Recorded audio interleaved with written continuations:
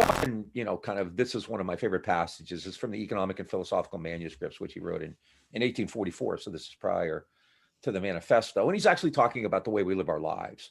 And he's talking about, Marx calls them political economists. And by that, he means like the capitalists and, businessmen, things like that. And there's, it's a bit long, and I'll try to make it a little more lively. Maybe I'll, sing and dance in between or something. But Marx says, dramatic pauses. Dramatic pauses. I'll do it like Alec Guinness or somebody like that, who's a great Shakespearean actor. What's that guy named? Kenneth Branagh, right? Yeah, Branagh, yeah.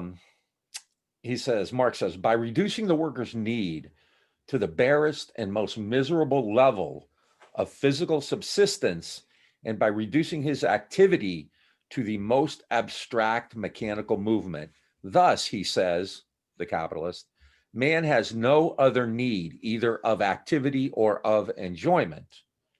2, by counting the most meager form of life, existence, as the standard, indeed as the general standard, he turns the worker into an insensible being lacking all needs, just as he changes his activity into a pure abstraction from all activity.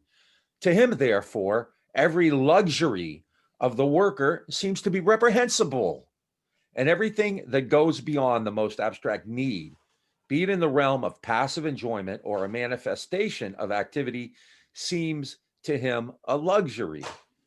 Political economy, this science of wealth, is therefore simultaneously the science of renunciation, of want, of saving, and it actually reaches the point where it spares man the need of either fresh air or physical exercise.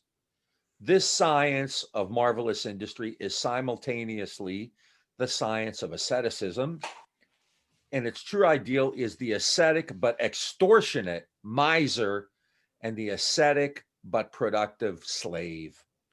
Its moral idea is the worker who takes part of his wages to the savings bank, and it is even found ready-made a servile art which embodies this pet idea. It has been presented bathed in sentimentality on the stage. Thus, political economy, despite its worldly and voluptuous appearance, is a true moral science, the most moral of all the sciences. Self-renunciation, the renunciation of life and all of its human needs, is its principal thesis. The less you eat, drink, and buy books, the less you go to the theater, the dance hall, the public house, the less you think, love, theorize, sing, paint, fence, etc., the more you save. The greater becomes your treasure, which neither moths nor rust will devour, your capital. All right. And I could go on and on and on and on. But I always was struck the first time I ever read that many, many years ago, and I've read that many times since then. But this making penury a grace is really profound, right? These attacks on people, if you have food stamps, you're not allowed to buy a steak, or people get their $600, $1,200 check and, oh, they went out and bought a TV. It really is this kind of estrangement. At another point, Marx talks about the estrangement of man from himself. And I think that part is like, it's a little more, it's very philosophical, right? But it's very profound. Like, you can't enjoy